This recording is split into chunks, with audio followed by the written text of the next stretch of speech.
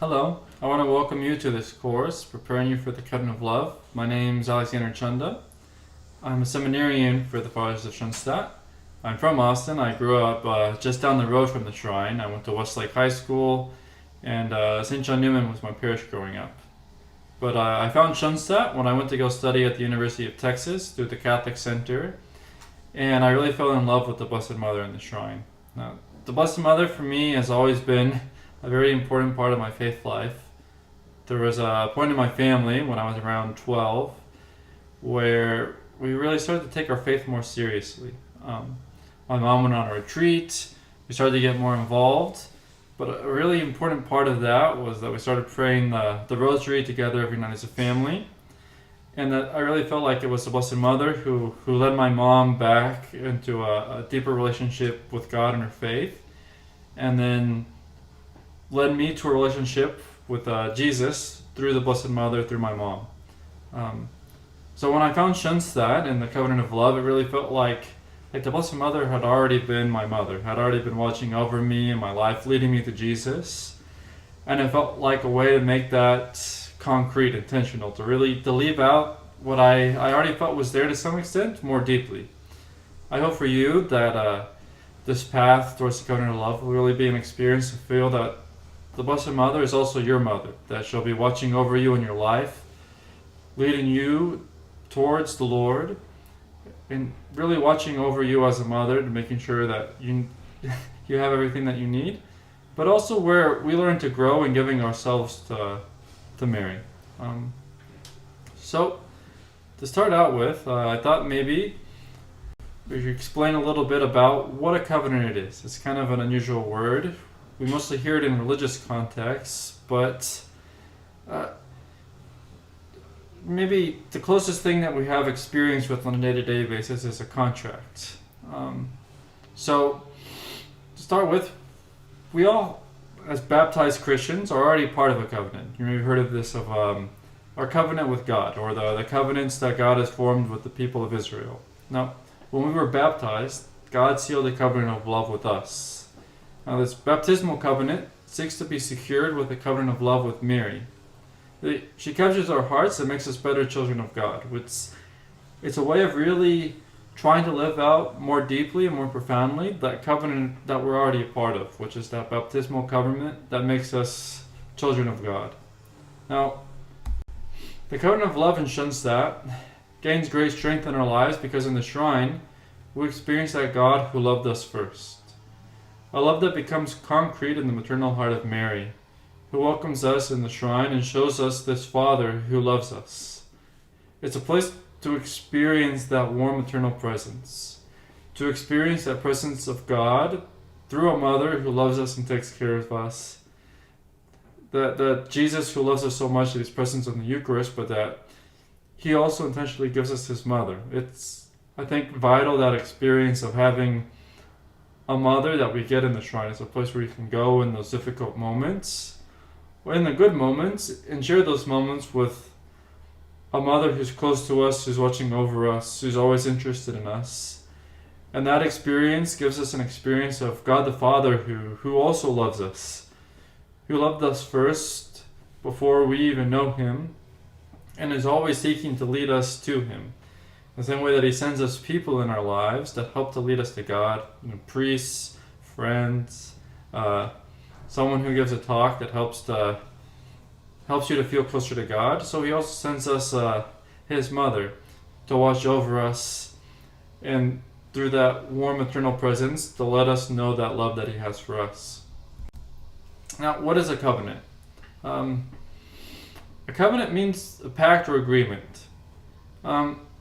But it's a little bit stronger than a contract, which you might also think of as the same thing. It's more than a contract where you only give a part of yourself, you only give something. Let's just say, like in a business contract, you agree to pay a certain amount of money when a certain product is delivered, and if that doesn't happen, there's certain penalties. No, a covenant is a giving of yourself. When you think about marriage, in the way the church understands it, as a covenant, because two people give themselves entirely to each other. Now, to seal a covenant, the following are needed: You need two or more parties. One cannot seal a covenant with oneself. Now, both parties must agree to such a union. And both parties must give and receive something of themselves. Now, why would God and Mary want to make a covenant with me? Now, God already sealed the covenant of love with you. As I said before, He incorporated you as His child through baptism into this new and eternal covenant. God has always reached out to humanity and shown His willingness to make a covenant with humanity. God wants to have a deep, personal, close relationship with each and every one of us as His children, but we're always resisting. We either don't believe that God could really want that. We get distracted and caught up in the things of this world, which leads us into sin. But the whole history of salvation that we see in the Old Testament, and God's sealing covenants with Adam, Noah, Abraham, Moses, and David, is a God who is constantly reaching out and trying to draw humanity close to Himself, until finally He seals the new and eternal covenant in His Son Jesus, in that offering totally of the Son on the cross, in that great act of love for us. So, in the same way, this covenant of love wants to be a way in which God, through the presence of a mother, reaches down and draws us closer to Himself as His children, invites us into a deeper and closer relationship with Him. Now, in the New Testament, the new and eternal covenant is sealed by Christ on the cross. It's revealed to us that through baptism we are incorporated into this covenant. But also in each Eucharist we renew it. On the cross, Christ left us His mother so we might receive her into our home and into our hearts. I said before, she wants to lead us more deeply into this relationship with God, as God is always trying to give us this gift of grace to lead us in a closer relationship with Him. And through the covenant of love, we ask Mary to live our baptismal covenant more deeply and with a greater intentionality, you say. So often, I guess, baptism, because we're baptized as children, we're invited into this community of God's family. But this consecration with Mary, the covenant of love, really invites us in another way to make it our own, to freely and intentionally decide that we want to live as children of God by asking Mary, the Mother of God, to make us also her children, to become a part of this family of God, to become children of God in the sense of also being brothers of Christ with the same mother. So, do not be afraid to take Mary home, as the words of the angel said to Joseph. She's not a detour. I think sometimes in the American context we hear this sort of concern all the time from Protestants. So we can think about loving Mary as being a division of God, that whatever devotion that we show to Mary, we'd be better off showing to God. But Mary's not the center. She's at the center of salvation history. God intentionally chose Mary in His plan to reveal His Son to us and to save us. Now, Christ is the center, but from the incarnation through the hidden life of Nazareth to the first miracle at the wedding of Cana, to that final moment standing at the foot of the cross and imploring the Holy Spirit after at Pentecost, Mary is undoubtedly someone crucial and essential in the faith. Jesus left her to us as mother on the cross, and she is in heaven with her maternal heart lovingly watching over each one of her children. I love this image of the Unity Cross, because you get the sense of Mary who goes through her life right at the side of Christ. You pray the rosary, so many of those mysteries, almost all of them, you see that Mary and Christ are always together in all the mysteries. And that was intentional. That was an intentional choice on God's part. And I love this image of the cross. Maybe we, in the normal image of the MTA that we see in the shrine, we can imagine ourselves as children also in the arms of the Blessed Mother as Christ is, as we also want to become like Christ. But also in those difficult moments of life, in the moments when we have to follow Christ in carrying our own crosses, Mary is also there by our side, helping us, guiding us, supporting us through those moments, just as she did with Christ. So, just as Mary accompanied Christ through the whole experience of Calvary, so she also accompanies us through all our difficult moments in life. Now, this concern about Mary becoming a distraction from God, only an unformed, sentimental, or obsessive Marian piety can lead us away from Christ. But really, true devotion to Mary, as Schoenstatt seeks to practice it, can never lead us away from Him. Everything that Mary is owes itself to Christ, and everything in her leads us towards Christ. Mary was a chosen part of God's plan to save us. And also, in this day and age, He also intends for each one of us to have a relationship with her as our mother. Just as God intended in His plan that ideally every child would have a mother and a father, so also He wants the same for us spiritually, where God is our Father, Mary is our spiritual mother. Now, for Schoenstatt, there is no contradiction of surrendering to Christ and to Mary. I think this is important because really ideally it's the way that we live in the world, the way that we love other people, the sacraments of the church, which all happen through material things, through the created order, that God relates to us through creation. That's God's normal way of doing things. At certain specific moments, He breaks through because He needs to reveal Himself to us in a special way so that we can see Him in creation. But really, He wants to relate to us through the beauty of nature, through our friends and family that we love and who love us, and that we experience, as that commandment says, that we love one another as God has loved us, and that we love God through loving one another. And a devotion, a healthy, strong devotion to Mary helps us to do that, because she is the perfect, renewed member of creation.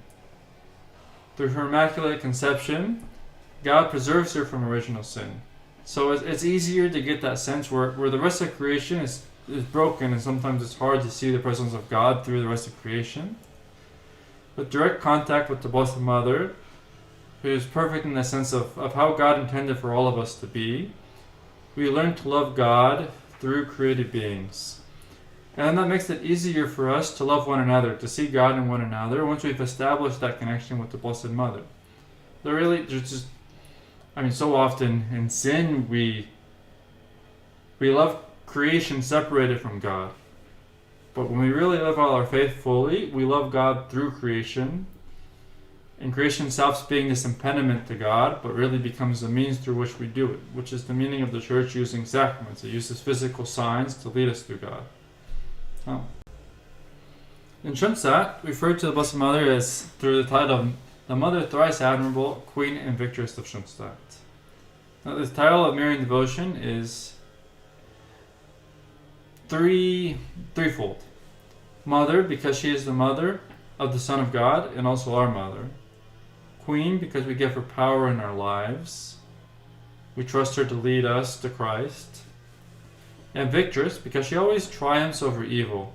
As you can see in the book of Revelation, she's someone that we can come to with our problems and trust to take care of us.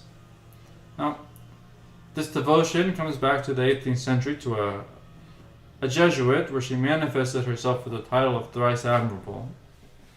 And this was a cradle of holiness and renewal in the German Church, which the first seminarians of Schoenstatt wanted to imitate in their mission. They wanted to establish the Schoenstatt shrine in Germany, the first original shrine, as a place of pilgrimage, a place where the German Church and the German people could be spiritually and morally renewed. Schoenstatt in German means literally beautiful place. A beautiful place to encounter God, and to encounter God through the Blessed Mother. So, what is specifically the Schoenstatt Covenant of Love? It's a mutual exchange of hearts, goods, and interests with the Blessed Mother. Now, there's a mutual exchange of hearts in that we can exchange many things with a person, but until we give our heart, nothing fundamental has happened between us. Mary wants to conquer our heart. It's a surrender of the heart so that Mary can give us hers. I immerse my heart in Mary's heart and in contact with hers. My heart is purified. She purifies our hearts from all misery, from all the poverty within it. I think so often in our lives we go around trying to carry this burden of our lives ourselves. But really so much of growth in virtue, of growth in the Christian life, is not growth in being able to do things ourselves through discipline, but one where we learn really to surrender to God every day more and more, and where God's grace acts through us and sanctifies us. It's not so much about what we do, but what we allow God to do in us. And this concrete experience of giving our heart to the Blessed Mother and receiving her heart who also loves us, because it's a mutual exchange, it helps us to liberate that weight that we carry so often. And it helps us to learn to trust in God, in God's plan for us, because we trust that we have a mother who is there interceding at the side of God for us in heaven.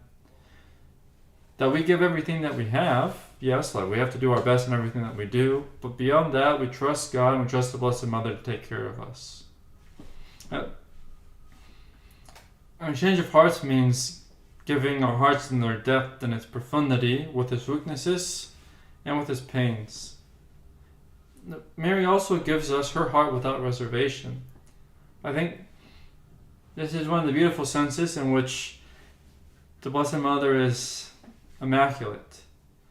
We love in a reserved way because of all the wounds that we've received. We're afraid. We're afraid to love fully.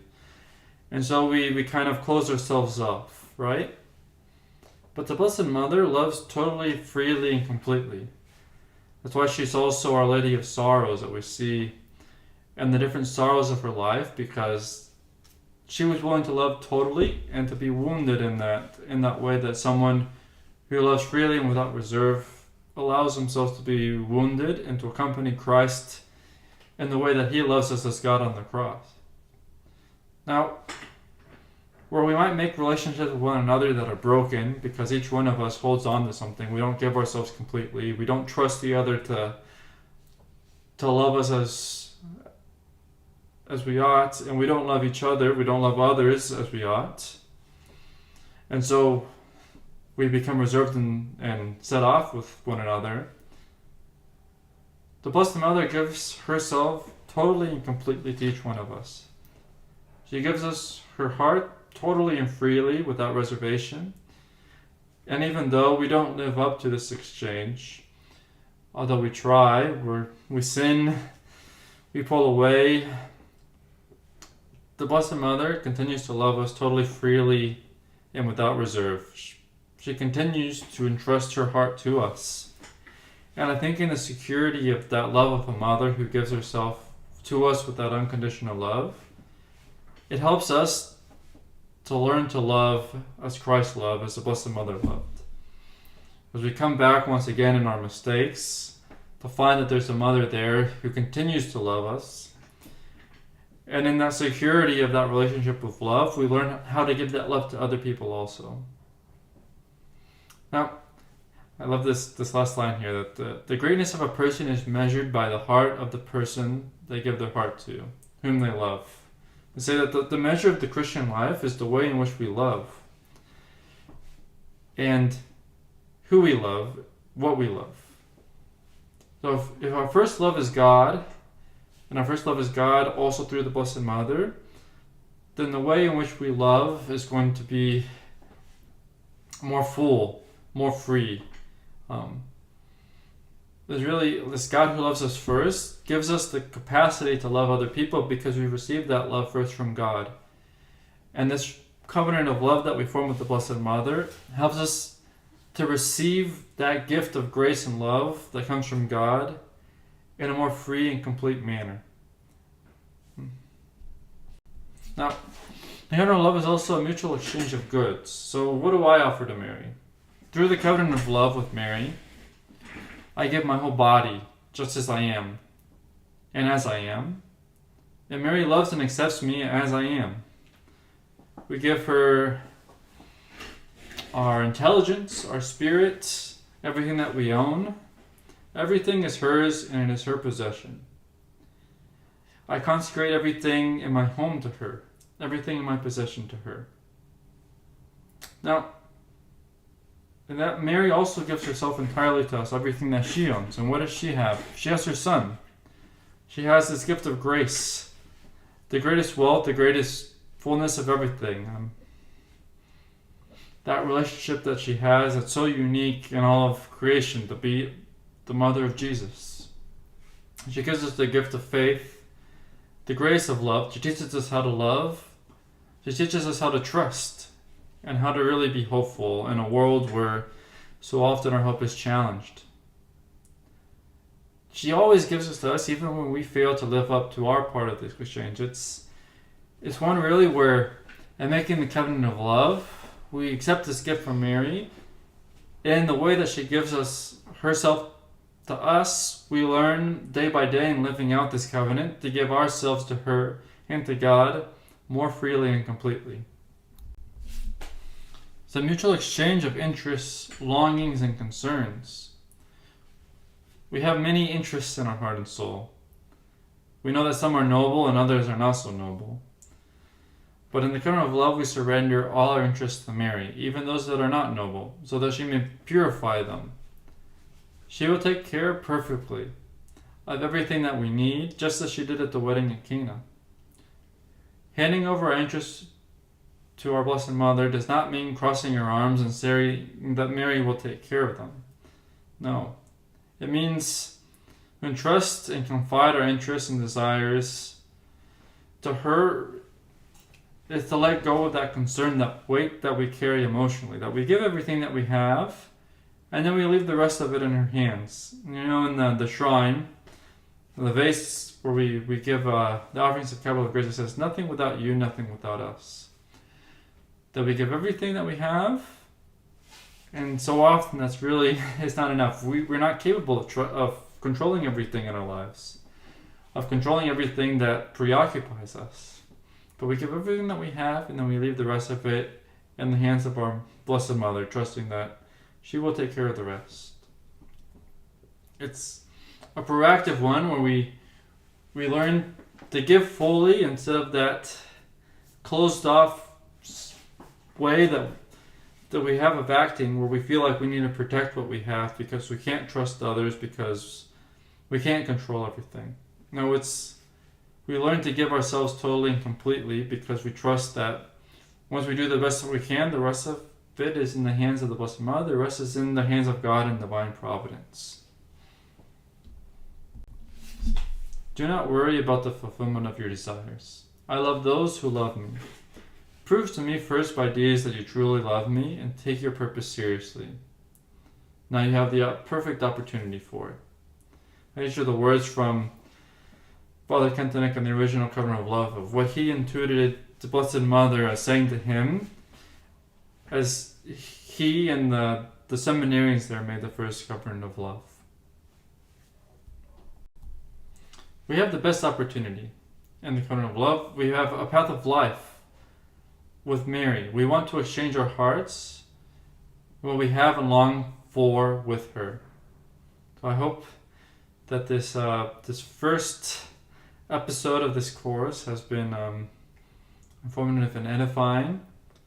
I hope that you'll continue to go through the rest of the course and finally make that covenant level with Mary. For me, it's been this experience of a tremendous gift. I think I know sometimes also for people, I guess let's say hear this at the end, that it feels like you have to be capable of living up to really giving yourself totally to Mary and totally to God to be able to make the covenant of love. But more than that, to make the covenant of love is saying that I have the full and free intention to live this way and to learn to live this way, even though I might be frail and weak and not capable of living it now. That's okay. It's the same thing with our baptism. It's a process where we say that I want to live this way, and I trust that in taking this first step of making the covenant of love, that you're going to teach me how to live this way. I'm embarking on a journey. It's the first step of a journey. I'm talking about covenants, or I mentioned marriage earlier. I think you can also think about with marriage. Really, when you get married, it's a huge step, right? You have to be able to really say freely, I'm going to give myself to this person. But it's the first step on a journey. It's not the completion of something so much as the decision to set out on a grand new adventure. And the covenant of love is similar. It's the decision to set out on an adventure of faith with the Blessed Mother. Well, have a blessed day, and I look forward to seeing you next time. Thank you.